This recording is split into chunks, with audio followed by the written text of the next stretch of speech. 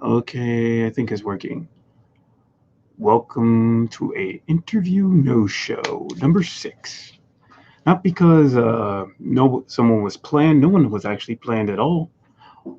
I mean, there were a couple of people who said that they wanted to do something, but then they just stopped responding. But that's a typical thing that happens. I think I'm only going to be here for 30 minutes, and then I'm just going to bounce. But while I am here, I do want to talk about some important things I wanted to make a video about a long time ago. I was supposed to make a video about it like 2 weeks ago, but I never did. So I wanted to talk about chasing the cure. And even though I'm going to talk about it right now, I'm definitely going to make a video about it. But I wanted to talk about chasing the cure. And I wanted to talk about how one of the people who are from Chasing the Cure actually contacted me. It was a recruiter from Chasing the Cure who contacted me, and this happened 2 weeks ago, 3 weeks ago. Again, I wanted to make a video about it, but I never did, and I'm eventually going to. Next week, I'm going to make a video about it. So if you watch this thing, you're probably going to already know what's going to happen. But in any case, Chasing the Cure, right? If anybody doesn't know what Chasing the Cure is, it's basically this TV show. Let me even go to it right now. I think it's just this TV show that's on TNT and TBS, and basically they just showcase a number of people who have undiagnosed or rare disorders, rare conditions, where they visited doctors and so on and so forth, and they don't really give them an answer as to what is happening with their bodies. Um, I made a video about chasing the cure, and for some reason, it got the attention of a number of people, of some people, and maybe I should change. Maybe I should share my screen. Let me share my screen. Application window. Sure. Whoa. Whoa, whoa, whoa, whoa, whoa, whoa, whoa. Oh, I know what I should do. I shouldn't check. Let me stop sharing my screen. I'm going to do this. I'm going to open up a new window, and then put Chasing the Cure. And that makes more sense. So, anyways, a recruiter contacted me from Chasing the Cure, and I was fucking shocked. First, I didn't believe it. You know what I mean? But they said, "Oh, we watched your video about Chasing the Cure, and we would like to have a conversation with you about it." So I was like, "Oh." At first, I'm like, "This must be some trolling shit, right?" But like a week later, the person contacts me. But I didn't pick it up. I just saw it on my phone. They contacted me on my phone. And then the next day, they contact me again. So I'm like, okay, this shit's real. So eventually, I get a hold of this woman. And this woman's telling me, okay, this is Chasing the Cure. And I saw your video on YouTube. And we would like to set up, we would like you to participate in the recruiting process for the possibility of going on television. So when I saw that, hold on, I'm still trying to get the links here. Um, okay, now let me try to share my screen. When I saw that, I was like, "What the fuck? This isn't true, right?" But as I continue to talk to her, I'm starting to really figure out that it was true. Another thing that happened before even I even had a conversation with her, I got an email from Chasing the Cure because you write like case stories. You write case stories, and hopefully somebody sees it and they find your story compelling enough to take you, I don't know, possibly put you on TV. I got an email back from those guys, and they told me that my case file was rejected because it had inappropriate language. Um, so that was bad. And I was thinking to myself, what inappropriate language would I have on my case file? But I realized, oh yeah, in my case file, I described what people would say about me and I will put, in quotation marks, shit. I smell like shit, or I smell like ass. So since it probably had some type of filter that checked if it had any type of cursing, and they saw the curse words, so mine was automatically rejected. But that's important because when I got on the phone with the recruiter for Chasing the Cure, she was telling me, I was telling her, oh yeah, my email or my case file got rejected. And she was like, oh, okay, well, let me try to just send me the case file. And I'm going to try to talk with somebody to try to get it back up. Because, you can't edit your own files. The person who actually rejects the file, or I don't know what they are. I guess they're moderators. They're the only one who can edit the case file. You can't actually edit the case file yourself, even though you wrote it. So she was telling me that, and then she was like, okay, but let's just start from the beginning and tell me a little bit about your situation. She automatically assumed I had PATM. So she was like, oh, so do you have PATM? And hold on, let me share my screen. I said I was going to share my screen a long time ago. Okay. Share screen, not that one, but this one. Awesome. Boom.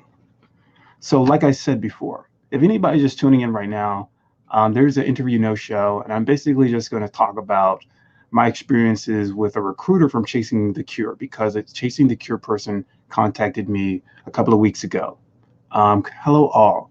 Hello Goodney Bugga, whatever. Hello everybody.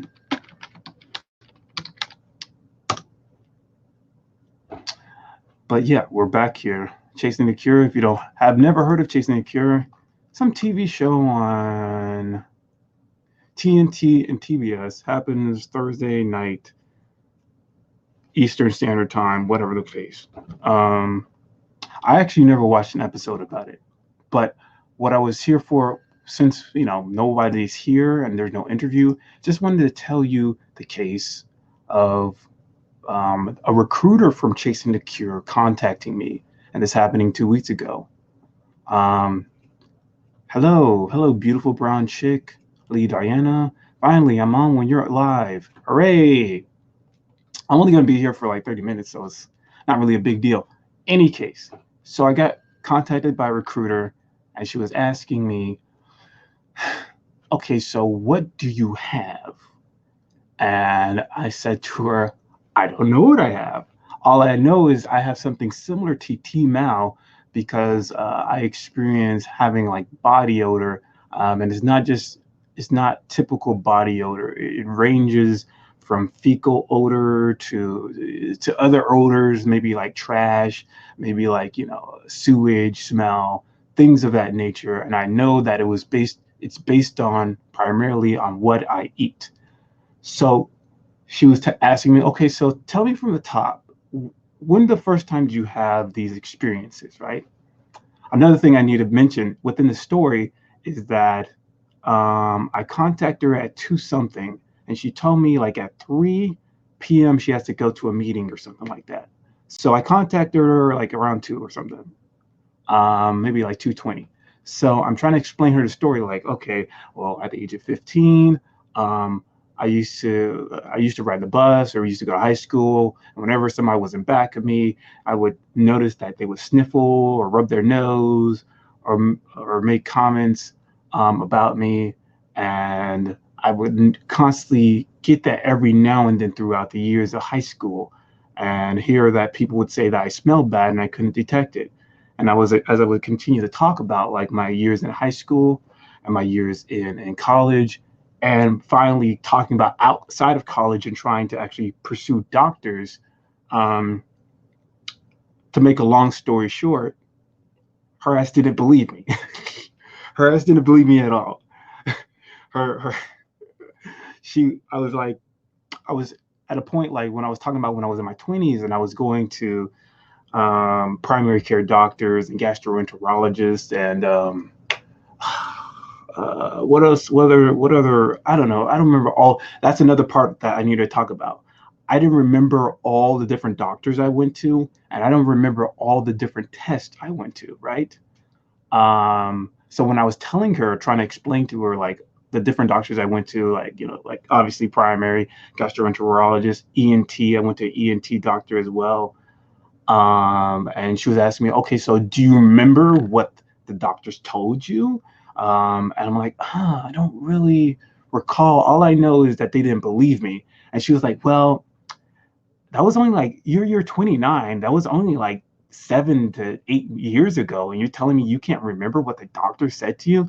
I'm like, no, I can't remember to a T, but I remember the general response is they didn't believe me, and they didn't take me seriously. Um, so when I said that stuff, you could tell, like, when she was talking to me, when she was talking to me, she didn't really believe me. She was like, it was only 7 to 8 years ago. You can't remember any of the tests that you took. And then I'm like, damn, I just really can't remember the exact test. But then I think about it, I'm like, you know, I can't even remember what the fuck I did last week. So how the fuck am I gonna remember a specific name of a test that I took when I was 22 or 23? I don't know. Maybe everybody else can remember, but I couldn't recall the exact test because she was asking me what type of test I did and if it came back negative or positive, so on and so forth. And I was telling her, like, I remember just taking some type of test, and I was trying to describe what the test did, but I didn't know the name of the test. And since I didn't have like those like definitive names, for some reason, it made her feel like my story is less and less believable. In addition to that, oh, what's going on, True Doll? In addition to that, it seemed as though she got more and more upset, low key. She was like low key upset. Um, and after a while, she was like, okay, you know what? I gotta go, right? So then I'm like, okay, well, we'll talk about this. She promised me, like, before she went, she was like, um, we'll talk about this later on. At 6:30, we'll talk. Because it was at like 2 something, it was somewhat close to 3, and she said she had to go to a meeting. So I was like, all right, cool. So 6:30 arrives, and I call her, and, and she didn't pick up. So I'm like, oh, all right, cool, whatever. Maybe I'll just contact her another time. I'll contact her tomorrow because maybe she's busy or some shit. That happens. So the next day arrives, and I think I called her at like 2 p.m. because that was like the time I called her yesterday. Um, do they pay you to go on the TV show? Well, I'm going to explain that. Um, so what was I going to say? Oh yeah, so I called her to the next day because she didn't pick up at 6 p.m. even though we agreed to continue the conversation. So the next day I contacted her, she didn't pick up. And then I decided to write her an email. It was like, hey, I want to continue where we left off. Here's another thing I need to tell you is like I said, my case file was rejected because it had curse words, it had inappropriate language in it. But the reason why I had inappropriate language is because I was describing what people said my odor smelled like, and it had shit and ass in my case file. So this is why it was rejected, and she said she would do something about it. So not only did I email her to try to say, hey, let's try to continue from where we were talking about, I also tried to get my case file approved, I guess. But nonetheless, she didn't respond back at all. So I called her 2 times, and then I emailed her the third time, and she didn't respond at all. So ultimately, I'm thinking she's probably ignoring me, right? And once I realized that, I was just like, well, it is what it is. Because a part of me, the first time she actually contacted me, I was in disbelief. I was in disbelief that a person contacted me. Like, I didn't really believe someone was going to check out my case file or whatever. So when I got one, I can even show you the email, but I don't want to like put because there's like contact information out there. There's her cell phone, her office phone, and her name. So I'm like, let me not do that. I could do it, but I don't know. I know. I think it'd be funny, but no, I'm not gonna do that. But to make a long story short, I did get contacted by one of the recruiters for Casing the Cure because she found out that I made a video on YouTube, and then she, sent me an email about it. But once I was explaining my situation, maybe I just didn't explain it well enough. And honestly, I didn't really have all the documents of what she wanted. She was asking me, okay, what doctors you went to, and what type of test did you take? And I just recall like I only did doctor visits and stuff like that when I was 22 and 23 because that's when I actually had medical insurance. And I don't really have medical insurance anymore, so that's why I stopped. It wasn't because I just give up on doctors. It was just like I just didn't have any more insurance. So she's asking me to recall like certain tests I took, and I can't really recall any of them. I just know that I did take some like general tests for a gastroenterologist, and then I did an endoscopy, and then I went to an ear, nose, and throat doctor, but I don't know exactly the names of the tests. I just can describe like when I went to a gastroenterologist, I did some type of test where like you're sitting on a, what's that thing called? I don't know. I don't want to call it a bed, but they put some type of device on your stomach to see if there's any blockages. They put some type of device that allows you to see in a screen what's going on in your digestive system because you drink some type of liquid that allows the device to pick up what looks like in your small intestine and large intestine, and they like move it around your abdomen to see what's going on because they possibly thought maybe there's some type of blockages that's happening in your intestines. I don't know what that type of test that is. So when I said, "Oh yeah, I took some tests where I did this," the more I try to explain it, the more I could tell she didn't like believe me. And also, I think I shot myself in the foot because I brought up olfactory reference syndrome. So once I brought that if anybody doesn't know what olfactory reference syndrome is, it's the belief that you have some type of smell or odor that is not that's not actually detectable. And also, since I told her that my mother couldn't pick it up, and when I went to doctors they couldn't pick it up, I think she naturally deduced that this motherfucker's crazy. So all I'm saying is, I think I failed, guys. I think I failed because I was just trying to explain my situation, and whenever I try to talk about my mother not believing me or family members not believing me, uh, I'm trying to make the situation seem like it's even more of a mystery. But I guess from another person's perspective, a person who has never heard of this, they just think, okay, then if your family members can't pick it up, then it must be in your head. Let me read some stuff from the chat. Do they pay you to go on the TV show? I didn't get chosen for the TV show. That's what I was explaining. Um, I didn't get chosen because our ass didn't believe my ass. I'm laughing my ass off to keep from crying. Yikes. So now is the opportunity to really think about the whole history of your experience with T-Mal and write it down, document it, so next time you'll be ready and more focused. That's that's true. That's true. But technically, I don't have T-Mal. I mean, I tested it. I got tested when I was 22. And I got the results in when I was 23, and it came back negative. So I don't have T-Mal. And since I had this conversation, I had an interview with Ian Zalager. If anybody has never seen the interview, there's 2 parts. Very interesting interview. I'm starting to think more and more that I don't have T-Mal. I think I have some type of bacteria within my system that's causing me to smell.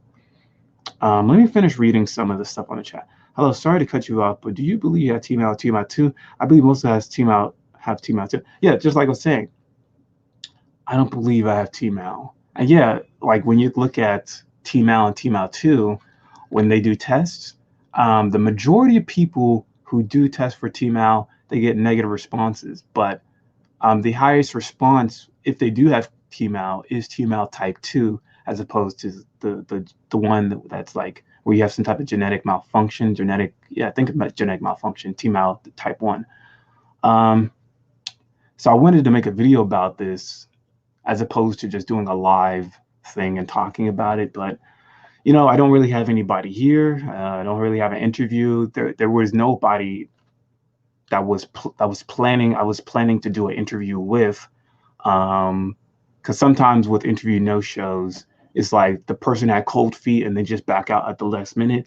In this particular case, it's not that. It's just like I just didn't have anybody lined up, because nobody wants to do it. So that's a thing. Another thing I wanted to talk about, well, I think that was the most important thing, because chasing the cure, is possibly one of these things that could really bring more exposure to this irregular condition. Because I naturally believe, since I had the conversation with Jens Lager, that it is some type of bacteria. But at the same time, there's no proof of that. There's not like this confirmation that we have that or everybody has that, right?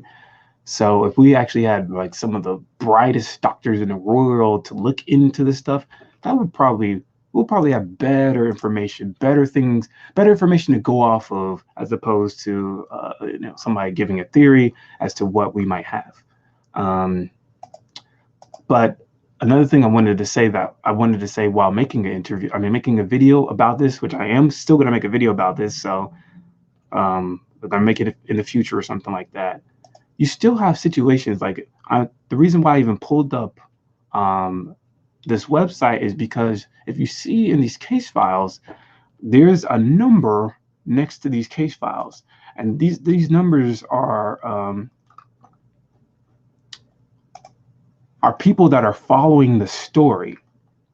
I know that there are other people who made case files about their situation, so I feel like if anybody in the chat has actually submitted a case file, maybe I can make a video where I say, hey, everybody follow this case file, and then we all follow this person.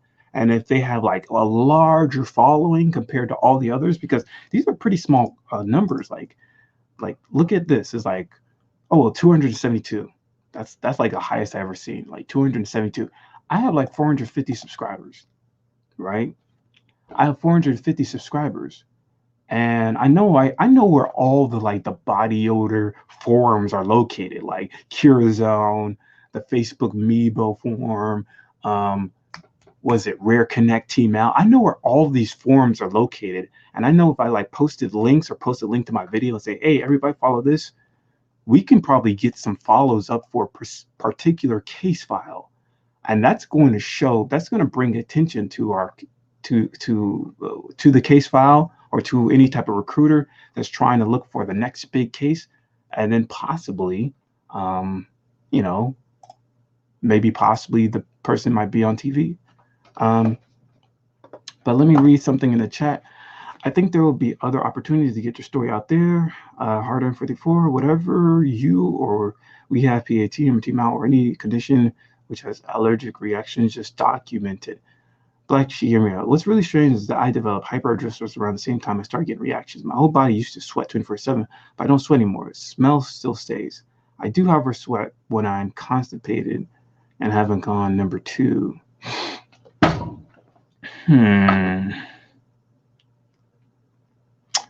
You develop hyper around the same time I started getting reactions. So maybe your body was trying to sweat out the whatever. I don't know. My whole body used to sweat 24/7, but I don't sweat anymore. Smell still stays. Aren't you the guy who has just like odor in your feet? Didn't you say? I don't know if you're the same guy, or maybe you're talking about a different person. Because I think you're the same guy who says that your odor is only concentrated in your feet. I don't know. Maybe I'm wrong. Maybe I'm talking about somebody else. But yeah, I just wanted, since there was an interview no-show, I wanted to talk a little bit about chasing the cure and how I got rejected. Other things that I could talk about that's not as important, I could talk about my life. Um, Only thing that I can really talk about in my life is the fact that I'm really going, thinking about being a trucker. And the last couple of weeks, I emailed you before. Okay, yeah, you're the guy who had odor concentrated in his feet. You know, it's funny. I remember having his friend in high school, and I would go over his house. Um, and sometimes people wear boots a lot, and sometimes he would just take his boots off, and the smell of his feet was so overbearingly powerful. It was like it was like it was so overbearing. Or smelled like cheese. It smelled like it smelled like moldy cheese and sweat. Overbearing. And whenever he took his shoes off, I would sort of like gag. I'm like, oh my god, like you don't smell that? You don't smell that shit at all? And he would look at me like I'm crazy.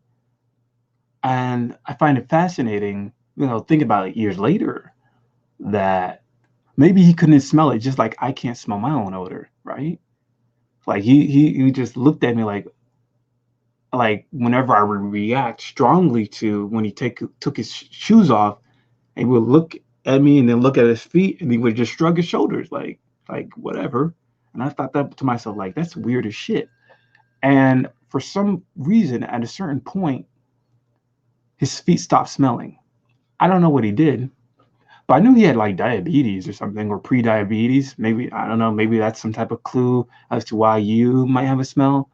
I also know that he had some type of spray that had like tea tree oil, and I would tell him to spray his feet with tea tree oil, and the smell wouldn't be as strong. Actually, it would mask the smell. So maybe you could do that with your uh, feet. Maybe putting some type of tea tree oil on your feet would mask the smell. But I don't really know your situation like that. Beautiful brown chick. If you do, make sure to drink plenty of water, or it will make your constipated black sheep as well. If you have any constipation problems, I recommend taking psyllium husk. I recommend taking psyllium husk. Hold on a second.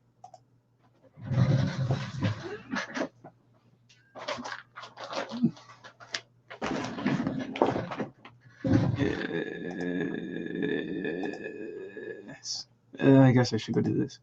Psyllium husk, psyllium fiber. This is like somewhere around like 12 to 13 bucks. I think this is go to, bro. This is the truth. This is the truth. Half a tablespoon. Just half a tablespoon. The taste is weird.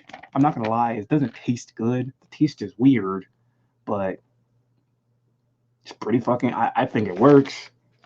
Half a tablespoon in water. A big coffee cup or something is legit, and it doesn't taste good. But as you continue to drink it every day, you wouldn't mind. It's not a refreshing beverage, but it does a trick. Um, so yeah, I wanted to say this. I wanted to say, if there's anybody that has a Chasing the Cure submitted a case file, tell me, email me. Maybe, okay, this is live at the moment, but maybe you'll watch it later on. Maybe you didn't catch it live. Submit me an email, and then I could probably make a video and tell people, hey, this person did a case file, and then we all go over there and support this case file and follow this case file. And maybe if we have a big enough following, on this case file, that's going to bring attention to one of the recruiters, and then you can explain your story. And because I try to explain it to one of the recruiters, and her ass didn't believe my ass at all. Um, Let me read some comments. People are making comments. I will order some psyllium fiber tomorrow. How many of your subscribers are married? I don't know if that is something people share. How many people are married? I don't know. I don't know. I can only speak on the people I talked to through the interviews, and I had 23 interviews, and I know a lot of them were in relationships. Maybe only a handful, less than 5, less than 3. I'll say less than 4 were actually. I'll say less than 3 were actually married that I can recall. Even though I had like a lot, like I had 23, and 23 might not be a lot to people, but that's a lot. I can only think like less than 3 people actually been married for the people I've interviewed. So, but people have still been in relationships and shit, so that's cool. Um, oh,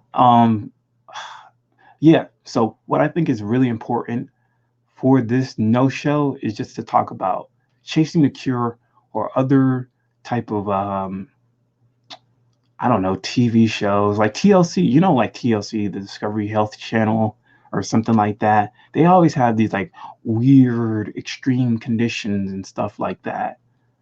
I think that would be interesting if there's some way to get on that. Um, what else can I talk about? I mean, I could talk about my life. Um, if you don't know about my life, right now I'm trying to pursue trucking a trucking career. I'm trying to get a trucking license. And so right now I'm trying to study to take a test, a general knowledge trucker test that you're supposed to perform at the DMV. And if I pass it, I get like I get a learner's permit, and then I'm able to actually do trucking training. And then if I pass the trucking training, then I'll get official license as a trucker. But the thing is, the training for trucking, at least in my area, for a Class B license, and if you don't know what a Class B license is, a Class A license will allow you to drive 18-wheeler trucks. And I don't want to drive those type of trucks because usually for those trucks you have to deliver goods from state to state. So that means you're on the road for maybe days or weeks on end. I don't want to do that type of trucking. I just want to do like local trucking, like I don't know, I'm carrying some cement from one place, from one city to another city at best. But anyways, with the training, it costs like $1,700. Costs $1,700 to do training for trucking. And not only that, like you have to get a physical, and that costs like $60. And I don't know if taking the knowledge test from the DMV is going to cost money, but it adds up. It adds up, and it's really annoying. Um, Let me read some stuff in the chat. It seems that this condition would make it difficult to have a spouse and kids. Some people pulled it off. Now that I think about it, I think Chris, who was the 22nd interview, has a wife and has a kid. I'm trying to think of another person. Tanisha Crofton has a husband and kids. Letitia, I think her name was Letitia Thomas. I don't know if she has a husband, but I know she has kids. And I think there was another woman named Ro. I think her name was like Ro, and I think her real name is like Ronisha. And I think she used to be married, and she has a kid or kids. I'm not sure. So there's a few who have kids. Let me read more comments. Netflix also has a show like that. I think it's called Undiagnosed or something like that. Tell us about the family reunion you went to a couple of months ago. That's great. You are considering a new career. I'm not really. I'm not really considering a new career. I'm going for a plan B, because this is the thing. I've been trying to pursue web development for years, and I always get rejected. And when I get rejected, I always have to come back to like a security job where I'm getting paid somewhere between $9 to $10. And I'm 29 years old. And I feel like I need a living wage. I need a living wage, and I need a living wage to the point that even if I still get rejected by employers, I still have like a living wage. I still have the amount of money to be able to purchase an apartment and live autonomously, independently. So that's very important.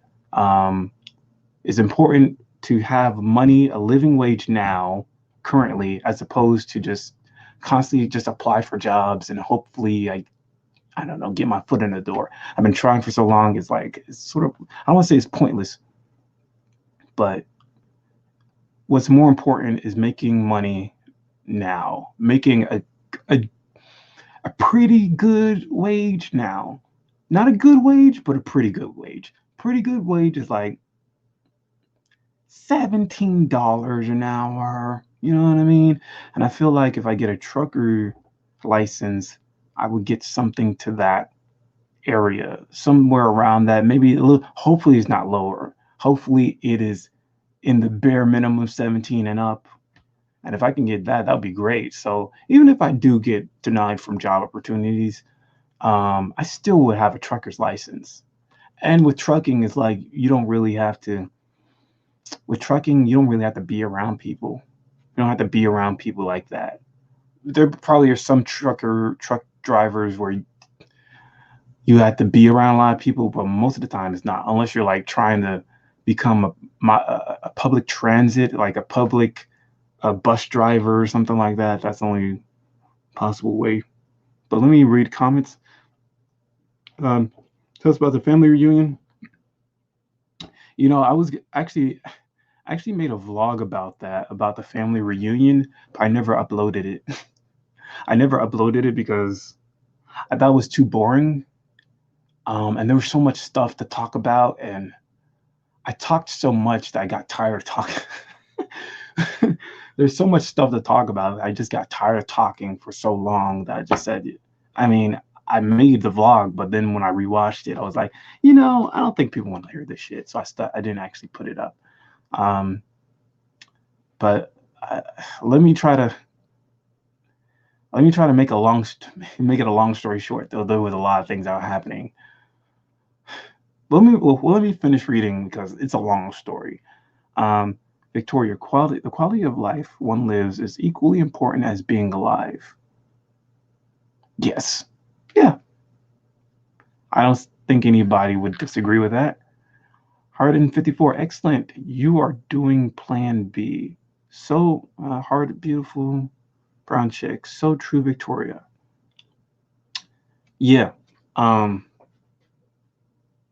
was I gonna say? Oh yeah, so I'm gonna really try to condense this. I'm really gonna try to condense this because I was supposed to leave like 8 minutes ago. So how can I say with a family reunion? With the family reunion, I didn't want to go. I didn't want to go because I didn't get fired. I don't know. I don't know how you would call it. I quit one job to go to another job, but before I even can work the first day of another job, they already let me go. So with that, I was depressed and I didn't want to go to a family reunion. Um, and with that, uh, I didn't go. I didn't go. I was supposed to go on a Friday, and I didn't go. But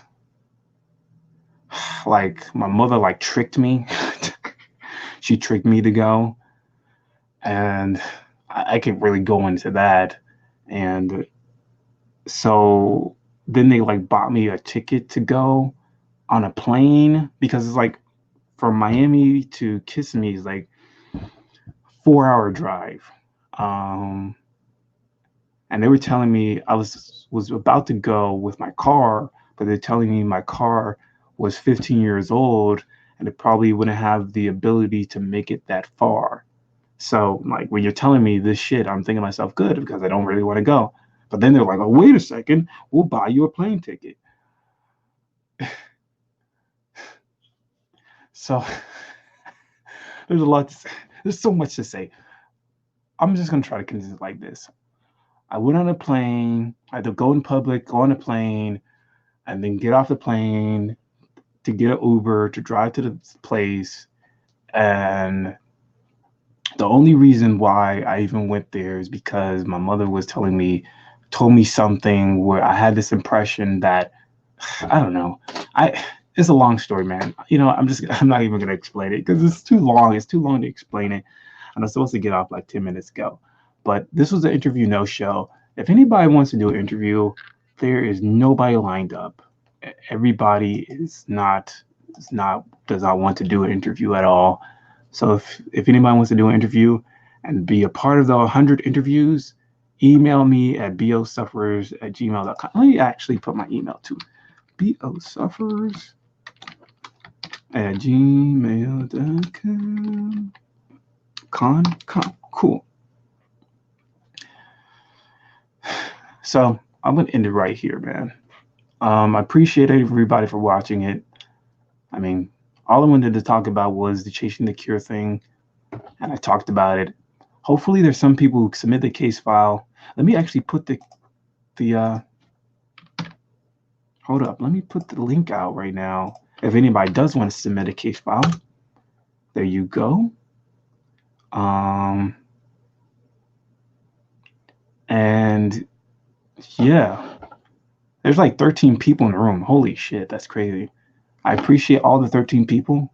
I salute you. You guys have a good night.